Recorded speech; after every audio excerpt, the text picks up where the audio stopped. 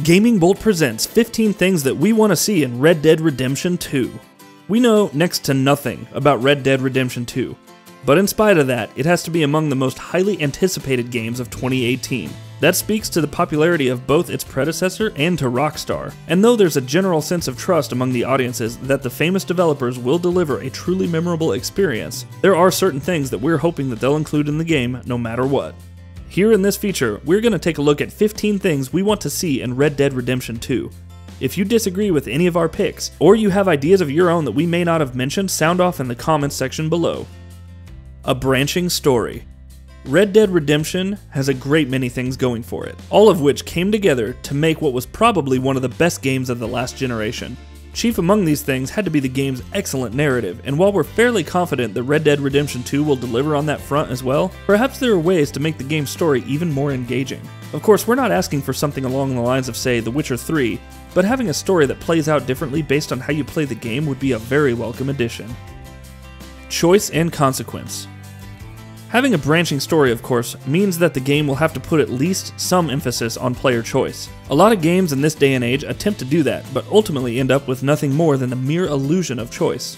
It doesn't really matter just how many instances of branching storylines that Red Dead Redemption 2 presents players with. What really matters is that all the choices players make actually have some weight, and actual consequences, if such a feature is indeed included in the game, of course. Nemesis system. Bounty hunters are intrinsically tied to the very core of Red Dead Redemption, owing to the game's Wild West setting. And while there were mechanics in place to bring that to life in the 2010 game, perhaps the sequel can do more to flesh out the system further. How? Well, it's just an idea, but maybe having a gameplay mechanic similar to the Nemesis system used in Shadow of War wouldn't be such a bad idea. This would allow players to create their own personal stories of revenge and rivalries with NPCs throughout the game's world, leading to some excellent emergent gameplay moments. Zombies mode. Undead Nightmare, Red Dead Redemption's standalone DLC pack, was perhaps almost as good as the main game itself. Rather than just putting players in a mode where they have to face off against wave upon wave of zombies, like other games do, Undead Nightmare was an entire alternate story in and of itself. A complete, lengthy campaign with a heart and personality of its own. We're hoping that Rockstar will have something similar in store for us, maybe even a sequel to that alternate story. One can always hope. Story DLC. Of course, we're also hoping that a Zombies DLC won't be the only thing Rockstar would release in the way of DLC. Hopefully we'd see actual substantial DLC storylines as well. Ones that are an extension of the main game as a whole and work within the game's larger narrative structure. It seems unlikely though. One only has to look at Rockstar's focus on GTA Online, and how that meant that they had to sacrifice work on DLCs, to realize that perhaps that might also be the case when Red Dead Redemption 2 rolls around in 2018. Battle Royale mode. Battle Royale modes have been a thing for a long time, but with the emergence of PlayerUnknown's Battlegrounds and all the other games its popularity has spawned, the concept has become something of a trend lately. We already know that Red Dead Redemption 2 is going to have an online mode, just like Grand Theft Auto 5 did. But maybe Rockstar should try something different this time around. A Battle Royale mode set in the world of Red Dead Redemption, complete with all its hijinks and individual gameplay quirks, such as Mexican standoffs, could make for an excellent experience. Clans and Vendettas. The Wild West setting is one that is populated by scores of gangs of outlaws and thieves, each with their own stakes and rivalries. We already know that we play as Arthur Morgan, a member of the Vanderlyn gang, and much of the game will see us playing as an outlaw and a bandit. How awesome would it be though if Red Dead Redemption 2 took that concept and expanded it beyond just the story itself, perhaps by having systems and mechanics in place that would allow you to build up rivalries with other gangs, which could lead to entirely new quests. More hijinks. We already know that Red Dead Redemption 2 will see us playing as a wanted criminal. And when you add to that the fact that it'll all be set in an uncivilized and untamed Wild West, it can truly give way to some excellent opportunity for playing as a complete renegade. As such, we both hope and expect the game to provide us with plenty of tools to thieve, loot, and rob to our heart's content.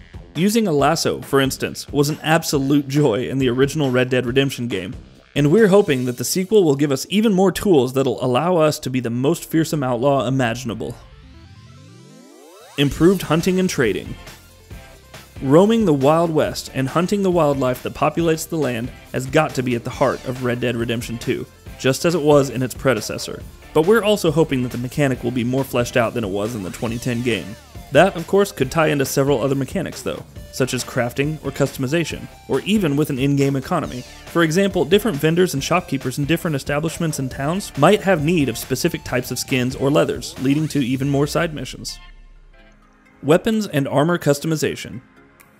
As an outlaw, Red Dead Redemption 2 should logically demand that players build up fearsome arsenals of weapons to aid them in their criminal activities. Hopefully, the game will also have customization mechanics in place that will allow you to not only collect different kinds of weapons, equipment, and armor, but also to upgrade them and make them more effective. Not only would this add to the replay value, seeing as players will obviously want to go out of their way to look for better weapons, but it could also make for more tense and exciting combat scenarios. Heists. Bank and train heists were among the best side activities in Red Dead Redemption, and considering the fact that we are playing as an out-and-out criminal in Red Dead Redemption 2, it seems like they'll be even more of a focus this time. The 2010 original, as well as Grand Theft Auto 5, showed us that Rockstar can make some truly outstanding heist missions, and we're hoping that we'll get to see more high-quality stuff in Red Dead Redemption 2 as well. Campaign Co-op. Robbing trains and banks, and leading raids on unsuspecting towns and villages will all be a blast in this game.